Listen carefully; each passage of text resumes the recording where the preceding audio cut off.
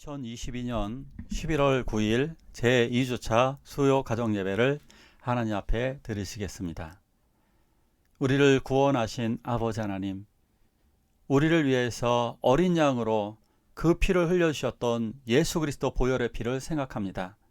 그 은혜로 말미암아 우리들은 구원을 받았습니다.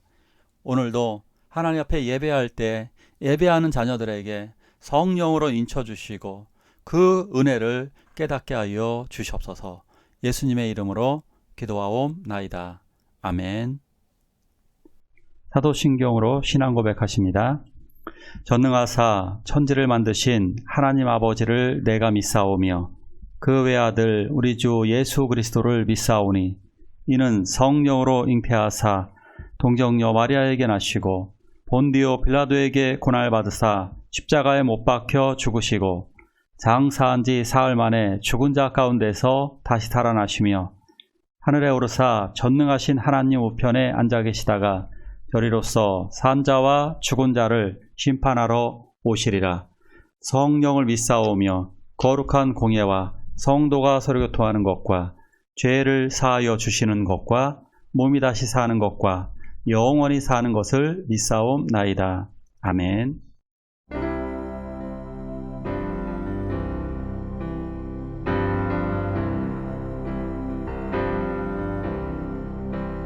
약한 나로 강하게 가난한 날 구하게 눈먼 날 볼 수 있게 주 내게 행하셨네.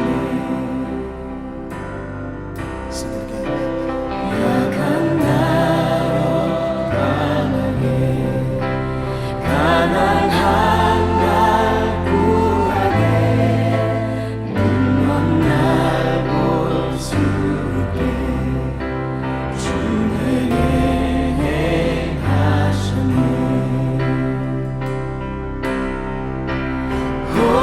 호산나 호산나 죽임 당한 어린 양 호산나 호산나 예수 다시 사시네. 내가 건너야 할 거기서 내 죄 씻겨내 이제 주의 사랑이 나를 향해 그네. 호산나 호산나 호산나 죽임 당한 어린 양 호산나 호산나 예수 다시 사 호산나 호산나 호산나 죽임 당한 어린 양 호산나 호산나 예수 다시 사시네. 호산나 호산나 죽임 당한 어린 양 호산나 호산나 예수 다시 사시네. 호산나 호산나 죽임 당한 어린 양 호산나 호산나 예수 다시 사시네. 호산나 호산나 죽임 당한 어린 양 호산나 호산나 예수 다시 사시네.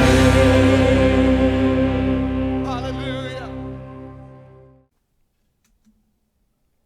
모세의 노래를 아시나요? 모세의 노래가 뭘까요? 모세는 어떤 노래를 불렀을까요? 모세의 노래를 같이 한번 보도록 하겠습니다. 14장에서 하나님께서는 홍해바다를 가르셔서 이스라엘 백성을 구원하셨습니다. 그러나 반대로 이스라엘 백성을 괴롭혔던 애굽 사람들을 하나님께서는 심판하셨습니다. 그 애굽 홍해 물로다가 그들은 심판을 받고 말았습니다. 같이 한번 읽어볼까요?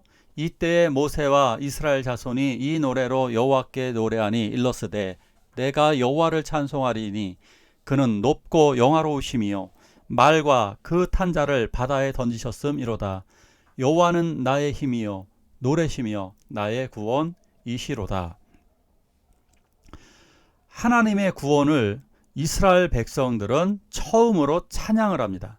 그러니까 개인적으로 창세기에서 보면 개인적으로 노래한 적은 있지만 국가적인 차원에서 하나님의 구원을 체험한 이렇게 찬양, 공식적인 찬양은 바로 이 출애굽기에 나오는 이것이 이스라엘 역사상 최초의 찬양이라고 볼 수 있습니다. 홍해 사건은 이것은 정말 엄청난 사건이었습니다. 이 사건을 통해 하나님이 이스라엘의 구원자라고 하는 사실을 그들은 깨닫게 되었습니다. 그래서 그들은 하나님에 대한 믿음, 여호와 하나님에 대한 믿음을 가지게 되었고 하나님이 그들의 힘이고 구원이시라는 사실을 알게 되었습니다. 자, 여기서 연속해서 이렇게 얘기하죠. 여호와는 나의 힘. 우리들의 힘이 무엇인가? 바로 여호와가 나의 힘입니다. 그래서 우리들은 주기도문 할 때도 이렇게 얘기하는 겁니다. 나라와 권세라고 하는 것은 힘.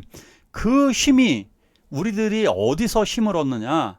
내가 운동해서 얻느냐? 아니면 돈 벌어야 힘이 생기느냐? 그것이 아니라 하나님이 나의 힘이라는 것입니다. 두 번째, 하나님은 나의 노래시다. 노래는 어떨 때 하게 되나요? 기쁠 때 하게 됩니다. 하나님이 바로 나의 기쁨이라는 사실입니다.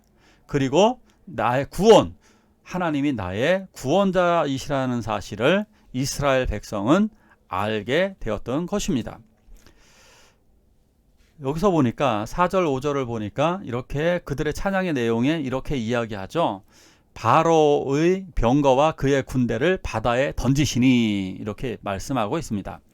던졌다. 이 던지다라고 하는 말은 히브리어로 야라라고 하는 말인데요.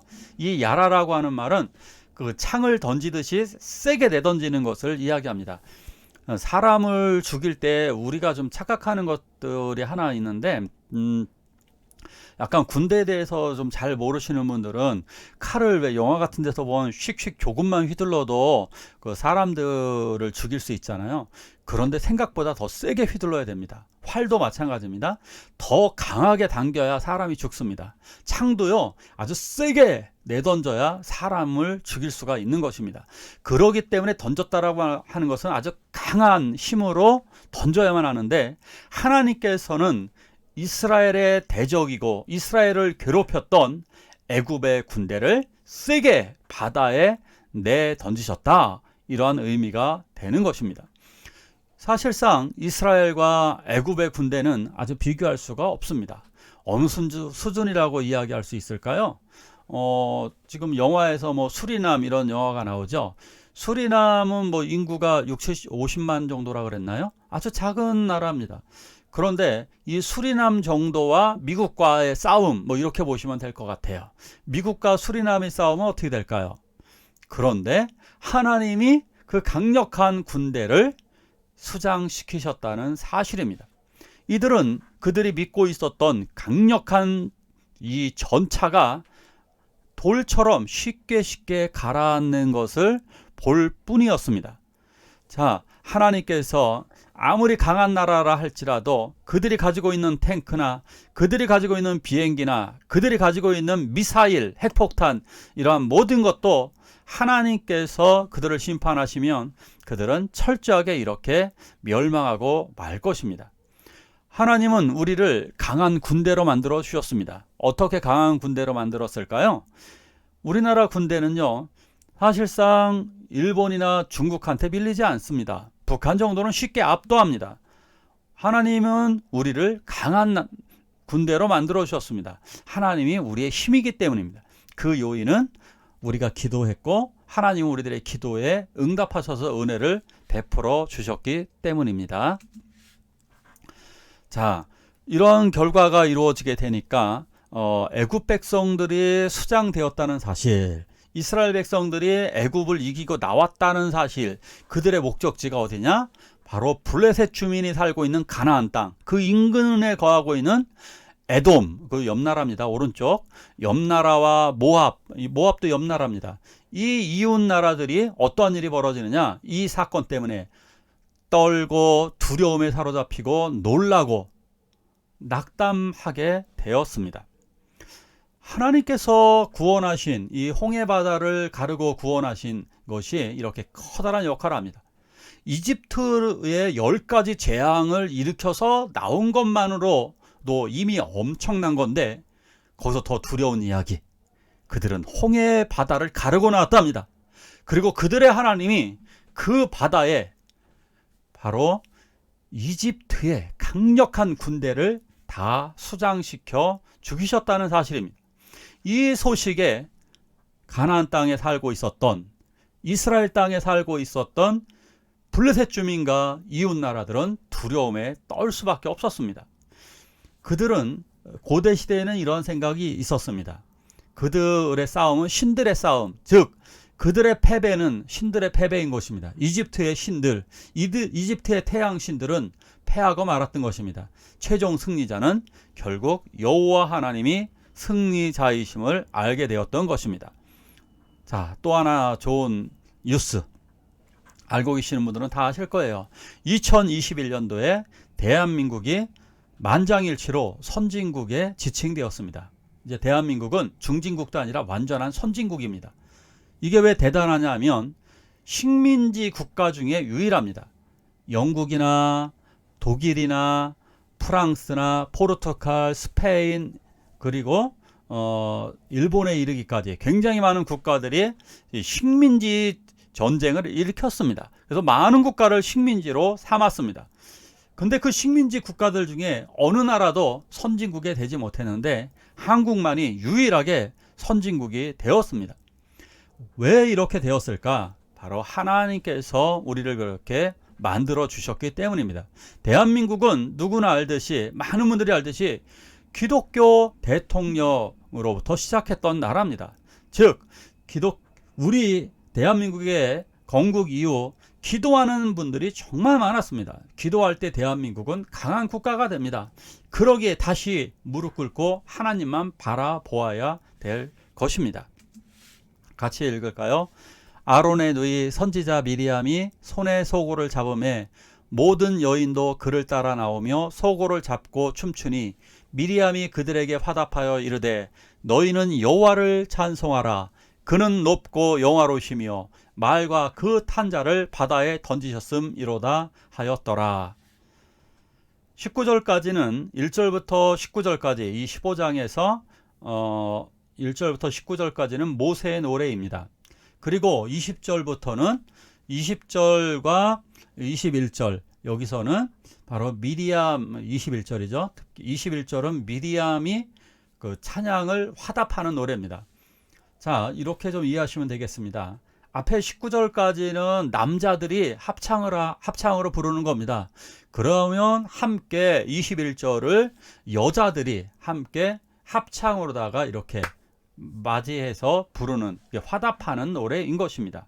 굉장히 아름답겠죠. 절정의 아주 아름다운 하모니가 그들에게 넘치게 되었던 것입니다. 미리암이 누굴까요? 미리암은 그 선지자라고 일컫고 있죠. 선지자 미리암은 아론과 모세의 누나입니다.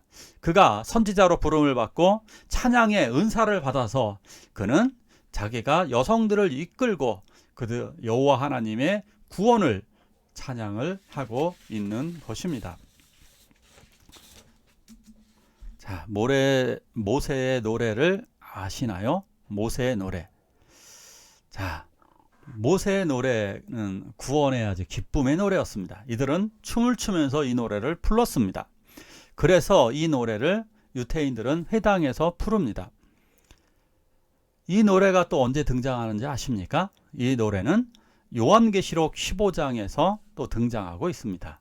놀랍죠? 출애굽기 15장에서 출애굽기 15장에 모세의 노래가 들리는데 요한계시록 15장에서 모세의 노래가 또다시 울려 퍼지게 됩니다. 그런데 요한계시록 15장에서는 모세의 노래와 어린 양의 노래를 부르는 구원받은 자들이 있습니다. 천상에서 구원받은 하나님의 자녀들이 모세의 노래와 어린 양의 노래를 부르게 됩니다. 모세의 노래, 하나님의 구원하심을 최초로 부른 노래이고, 어린 양의 노래는 매듭짓는 노래로서 구원의 완성을 이룬 자들이 부르는 노래인 것입니다. 우리들이 부르는 찬양은 어린 양의 보혈을 찬양하고 있습니다. 그래서 우리는 보혈 찬송이 많이 있죠. 예를 들어서 보혈을 지나 하나님 품으로 이러는 거 있잖아요. 보혈 찬송이 굉장히 많이 있습니다. 예수의 피로 그때는 깨끗이 씻겨 있는가, 이러한 찬양처럼 우리들이 이 부르는 이러한 보혈 찬양, 이러한 찬양들이 하나님이 우리를 구원하심에 감사해서 부르는 거의 최종적인 노래라고 말씀드릴 수가 있겠습니다. 우리는 이런 노래들을 날마다 기쁨으로 부르시기 바랍니다. 왜냐하면 우리들은 구원받은 하나님의 자녀이기 때문입니다. 자, 우리 함께 기도할 때 날마다 생활 속에서 하나님의 구원에 감사하며 어린 양의 구원의 노래를 부르게 해달라고 함께 통성으로 기도하시겠습니다.